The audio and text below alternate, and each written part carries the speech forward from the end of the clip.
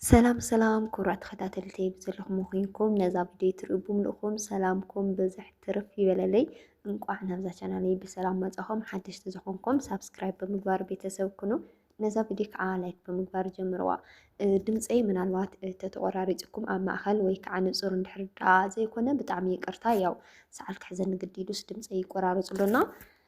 تغيروني إنا يكرتا ناولكيه نالهم عند أرسواي قنج قرسي أوريساتنا اسكي أسرار حنا أرسواي قرسي كما ينزل حبيرنا الرأيو لو عندي سونيونا بتاعمي دبيرن بتاعمي حموني تماليا وسنبت بعل كوخنا هالي وجزا صراحة سلزلو دارجا أيدك أسكن حالي رخب هاليكال مالتي تايليسي مشت كدقسنا له ساعة سلسة ساعة تروع تغطرق دقسيلو ما عندي ميلو مو جنكعة 12 ساعات ወይ 10 ሰዓት ምናምን ተኮይኑ ንቕሕ እየ ዝብል ማለት እዩ መብዛሕትኡ ግዜ ከምኡ ለይቲ ስለ ዝለዓለሲ ምንም ዋላ ኣምሽዮ ተደቀስኩሲ ብዙሕ ኣርፊደ ክትስእስ ኣይክእልን በቃ እንደገና ነቂሐ ዳግም ንምድቃስ ከዓ ብጣዕሚ ይከብደንና ዝሮ 12 ሰዓት ተሲእና ቁርስ ምስራሕ ነገራት ኩሉ ስለ ዝሰልቸይኒ ሓደ ግዜ ሰሎ በቃ ልትሰልቸካ ምንም ነገር ይትስራሕ ይስራሕ ዝመፀካ በቃ ነገራት ኩሉ ጽልእ ተብሎና ያው ሰዓሉን ክሕዘን ግድደሉ ሓደ ግዜ ሰዓል ከዘካና ሃለየ ምግቢ ንባዕለ የፅለካ ብዙሕ ነገሯ ብዝኾነ ማዓንቲ ብጣዕሚ ይደቢሩኒ ነይሩ ማለት እዩ ሕዚ ዛ ቪድዮ ቮይስ ክቐድሐልኩም ንሃለኹ እንኳን ያው ንእሽተይ ባዕለ ይፀናንዐ ኣቢለ ምናምን ኣቋዲሰ እየ ዝሰርሐልኩም ኣለኹም ምንም ነገር ይትስራሕ ይልመፀካ ክድብረካ ንሃለየ ሓደ ግዜ እና እስኪ ኣርስዋይ ማዓንቲ ቁርሲ ሰሪሒ ኣብልዕና ኢለያ ከምዚ ትርእይዎ ኣለኹም ቆንጆ ፀብሒ ማነው ፍርፍር ክሰርሐልና ከምዚ ዝሰርሐልና ኣላ ማለት እዩ ከምዚ ትርእይዎ ኣለኹም እዚ እቲኣ እዛ ማዕረ ኣብዚ ይስሓቅ ኣለኹ ሞያኺ ሪኦምሲ ክንሕፀያ ኢና ተኢሎም ስ ፈቃደኛ ዲኸ ትሕፀየ ይብላ ኣለኹ ሕፀ መርዓ ክትፀልእ ማዓተይ ኣርስዋይታ እያ ኮይና እንደ መርዓ ተልዒልካላ ብጣዕሚ እያ ትናደድ ማለት ኢና ብዝኾነ ከምኡና ኣላ ናቐለድና ኣብዚ በፂሓኒኣ ሽንጉርታን ቀላልያ ዘይቲ ትገብርላ ነዛ ዘይቲ እዚኣ የ6,500 ዝብለክን ማለት እዩ እዛ ትሪኣ ኣለኽን ዘይቲ ከምኡ እዩ ዋግኡ ተወርሒ እዩ ተፅኒሑ እኳ ዝሮ ቆጢበ እየ ዝብል ኣነ ተወርሒ ገለ ይፅንሐኒ እዩ ንእግረ መንገድኩም ዋጋታት እናፈለጥኩም እዛ ጨው ቀደም ኣብቲ ጦርነት ግዜ እንታይ ንሰምዕ ነርና እዛ ጨው እዚኣ 200 ኮይና 250 ኮይና ንሰምዕ ነርና እና ሎሚ ግን ክንደየላ መሲልኩም 35 እያ ትሽወጥ ማለት እዩ ሓደ ሕዋተይሲ እንታይ ትብል ኣለኽንስ ዝኾነ ዋጋታት ናብ ዓድና ዘሎ ነገር ሒዘ ክመፅእ ንሃለኹስ በርግጥ ኣብቱ ናተይ ዩቱብ ምንም ነገር ኣይትብላን ኣዎንታዊ ዝኾነ ኮሜንት ኢኹም ትፍቡ መብዛሕትኩም ደስ ይብለኒ ግን ምናልባት ካልእ ሰብ ኣብ ፌስቡክ እንድሕር ዳኣ ሸር ገይርዎ ከምዚ ዓይነት ቪድዮ ይተምፅኣልና ተስፋ ይተቑርፃና ዓድና ክንኣት ንደሊና ምናምን ትብል ኣለኽና ኣሕዋተይ ማለት እዩ ኣነ ክብለክን ዝደሊ ከዓ ለይኮነ ነገር ተዛሪብካ ካብ በቃ ዓድናስ ከምዚ ያኢልካ ካብ ምምፃእ ኣብኡ ንሃለኻ ኩሉ ነገራት ኩሉ ተቐቢልካ ርእስካ ኣሚንካ ምምፃእ እዩ ዝሕሽ ኣሕዋተይ ማዕረ ማለት ኣይ ቀሊል እየ ክነብሮ እየ ከምዚ እዩ ኢልካ ሳኪል ንርእስኻ እንድሕር ዳኣ ሸዊድካያ ኣብኡ መፂኻ ከምቲ ዝተፀበኻዮ እንድሕር ዳኣ ዘይፀኒሑ እኳ ኮይኑ ብጣዕሚ ኢኻ ትቐወስ ብጣዕሚ ኢኻ ትናደድ ማለት እዩ ነገር ግን ኣብዚኣ ዘላ ኩነታት ኩላ ማለት እዩ ኩላ እንድሕር ዳኣ ፈሊጥኩም ኮይንክን ክትመፃ ክትውስና ንሃለኽን እውን ነገራት ኩሉ ኣሚን ክናሉ ክንትመፃና ድሓረይ ንምቕባል ኣይኸብደክንን እና ኣብ ዓድና ነገር ኣብ ዓድና ዘሎ ነገራት ከካፍለኩም ንሃለኹ ሲ ኣይትፅልእዎ ማለት እዩ ሓቅስ ሓቂ እዩ ምንም ክትገብሮ ይትኽእልንና ፈሊጥካ መፅናሕ እዩ ፅቡቕ ኣነ ከዓ እንዶምሲ ዓዲ ዓረብ ዘላ ጓል ኣንስተይትስ ተስፋ ክትቆርፅ ክትናደድ ኣብዚ ሃሊ መንእሰይዋ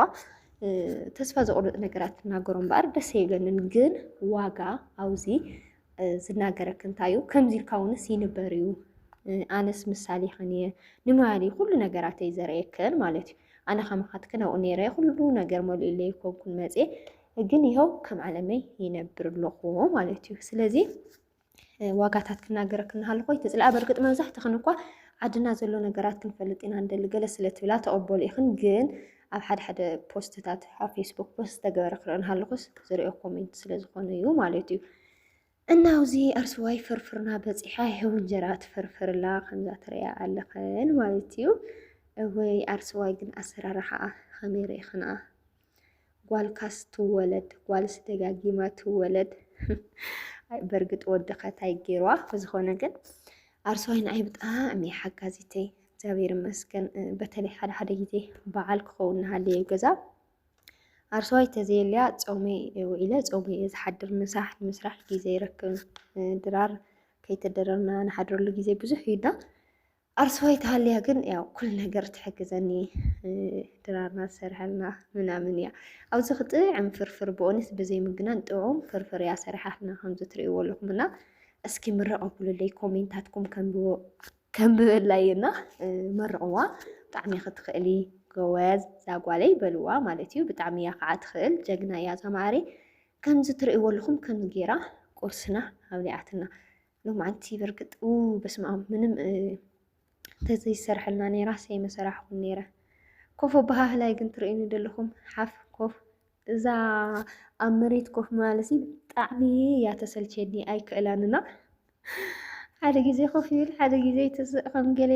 ገለ ይብል ኣብ መጨረሻ ከምዚኣ ኢለኒ ኾ ማለት እዩ ኮፍ ኢልካ ከምዚ እንትን ማለት ኣይክእልን ወንበር እየ ዝኽእል እምበር እና ከምዚ ትርእዩና ኣለኹም ከምዚ ናበልና ፍርፍርና በሊዕና ንብለኩም ከዓ ሓደ ሓደ ኣሕዋተይ ስታይ ትብላ ኣለኸንሲ ኣነሲ ዓደይ ክመፅእ ደለየ ፈሪሐ ዓደይ በርግጥ ተደጋጋሚ ግዜ ከምኡ ዝበሃልዋ ዝሮ ግን ንስኽሲ ከመይ ትኽእልዮ እንታይ ትሰርሕ ኣለኺ ከመይ ኢልክ ትነብር ኣለኺ በይዛኸ ዓደይ ክኣቱ ስለ ዝደለኹሲ በቃ ትናብራ ይፍርሕንሎ ንገርኒ ዝበልክና ሓፍተይ ነርክና ኣነ ያው ከምታ ትርእይዋ ኣለኹም ያ ኩሉ ግዜ ናብራይ ዩቱብ ይሰርሕ ኣለኹ ካብኡ ከዓ ጎና ጎኒ ዩቱብ ኣብ ገዛይ ሻሂ ቡና ከፊተየ ኢለኩም እየ ማለት እዩ። ያን ያክል ስራሕ ኣይኮነን ግን ቢያንስ ካብ ባንክ ከይተውፅእ ይገብረካ። ኣነ ሕዚ ኣብ ገዛይ ዳርጋ ገጠራማ ነገር እዩ ያን ያክል ተጠቃሚ ሰብ የለን ትኩስ ነገራት በተለይ ዝጥቀመልካ ሰብ የለን ዝሑል ነገር ገለጥ ኮይኑ ሓደ ሓደ ግዜ እምበር ግን ከምኡ ኢሉ እኳስ እንድሕር ደኣ ኣለዎ መዓልቲ ሓደ ሓደ ግዜ ፅቡቅ ይኸደልካ ሓደ ሓደ ግዜ ከዓ ያው በቃ ይድብረካ ብዝኾነ ግን እዛ ስራሕ ኣለኹ ስራሕ እኳስ ስራሕ ኣይትበሃልን ግን ብዓቕማስ ነስቤዛይስ ትኽእለኒ ማለት እዩ። በርግጥ ኣነ ሕልመይ ከምዚ ኣይኮነን ሜሪ ኣብ ከምዚ ክሪኣ ኣይደልን ብዙሕ ሕልሚ ኣለኒ ብዙሕ ክሰርሖ ልደልዮ ነገር ኣለኒ ግን ምንም ዘፍርሕ ወይ ከዓ ዝኸብድ ናብራስ ኣይነብር ኣለኹን እግዚኣብሔር ይመስገን ደሓን እዩና ብዓቕምኻስ እንድሕር ደኣ ገልታዕታ ኢልካ እንድሕር ደኣ ተንቀሳቒስካስ ብዓቕምኻ ፆምካ ኣይተሓድርን ማለት እዩ። ያን ያክል ከምዚ ሲኦል ዘሎ ጌርክ ናይ ትሕሰብኡ ዘናሓተይ እና ኣነ ለጊዜው እዛ ስራሐይ እዛ ዝብለኩም ኣለኹ እያ ማለት እዩ። ሻሂ ቡና ኣብ ገዛይ ይሸጥ ብመዓልቲ ከፍቶ ብመዓልቲ ዓፅዎ እየ እንዶም ከተማ ብዙሕ ግዜ ኢልወፅእ ቪድዮ ገለ ክቐርፅ ናበልኩ እና ግን ኣፍታ ዝሰርሐላ ግዜ ግን እግዚኣብሔር ይመስገን ደሓን ይብለክን ንዓድኽን ንምእታው ኣይትፍርሓ ኣይትፍርሑ ዘይከኣል ነገር የለን ጥራሕ ንእሽተይ መንቀሳቐስ ኢኹም ሓዙ እየ ዝብለኩም እና ናይ ሎማዓንቲ ዝነበረ ቪድዮ ነዚ ይመስል ኣብዚ ዘይተፖስተ ፖስት ርኤ ቪድዮ ርኤ ኣብዚ ፖስት ገይረልኩም እኒኹ ዘና ናበልኩም ኣርስዋይ እውን እናሳዕስዐትልና እና ክሳብ መጨረሻ ስለ ዝረአኹምኒ ብጣዕሚ እየ ዘመስግን ሰሰናይ ንዓኹም ቻው